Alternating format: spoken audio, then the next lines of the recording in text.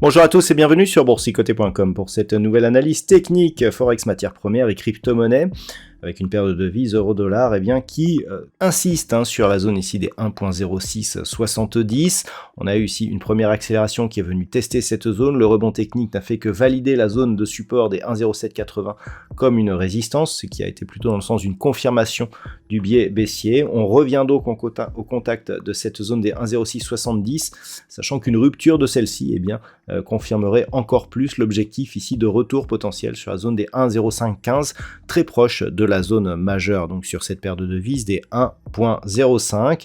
Donc à moins d'avoir une rapide cassure à la hausse des 1.0780, il semblerait que le biais baissier soit confirmé et qu'une cassure ici provoque une accélération en direction de cet objectif. Sur la paire de devises livre sterling contre dollar américain, la zone des 1.24 continue à agir ici comme support.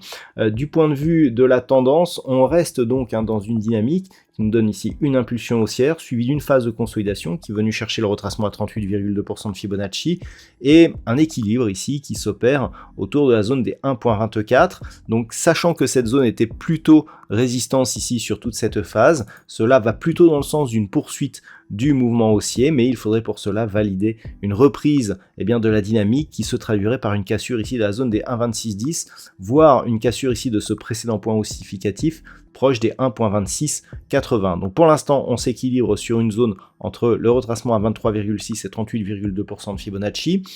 Tant que l'on reste ici sur ces zones, le biais reste prioritairement haussier. Il faudrait vraiment casser ici cette zone de point bas proche des 1.2310 pour avoir un signal ici de poursuite de la phase de consolidation. Sur l'or, nous sommes toujours ici sur une neutralisation autour de la zone des 1960 $ l'once.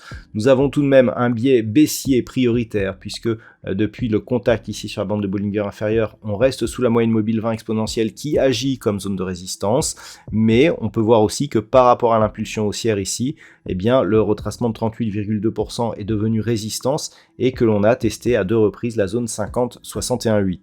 Donc le biais ici du point de vue de la tendance reste haussier mais affaibli. Attention par contre, une rupture ici des 1910 $ l'once viendrait provoquer un risque beaucoup plus fort de revenir sur une base de retracement totale, à savoir ici la zone des 1809 $ l'once. Au niveau du WTI, après l'annonce de l'OPEP consistant à réduire la production prochainement, on reste ici dans cette zone de range entre 74 et 70,40 $ le baril. Donc pas de changement, on est toujours ici dans une phase qui s'est neutralisée. D'un point de vue court terme aussi, on l'avait déjà dit auparavant, cette zone 70-74 est aussi une zone de range totalement neutre. On a un petit biais baissier moyen terme qui est persistant et qui est pour l'instant prioritaire par rapport à la tendance de fond, mais globalement ça se neutralise énormément sur ce pétrole brut léger américain. Et enfin au niveau du Bitcoin, la zone de support et je dirais la zone critique des 25 200 $ pour un Bitcoin a été testée. On est vraiment dans l'épaisseur du trait. Cette zone qui avait été résistance lors de toute la phase d'évolution en range que nous avions connue ici entre le début de l'année, enfin le milieu de l'année 2022 et donc le printemps de cette année.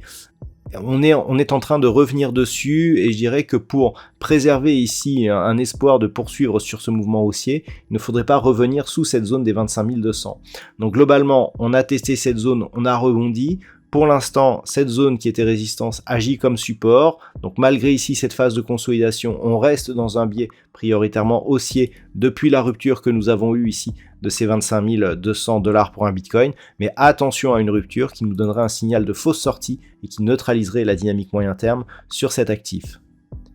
Voilà donc ce que l'on peut dire sur l'analyse technique de ces principaux actifs. Je vous souhaite une bonne soirée et on se retrouve dès demain pour d'autres analyses techniques, toujours sur le site boursicoté.com.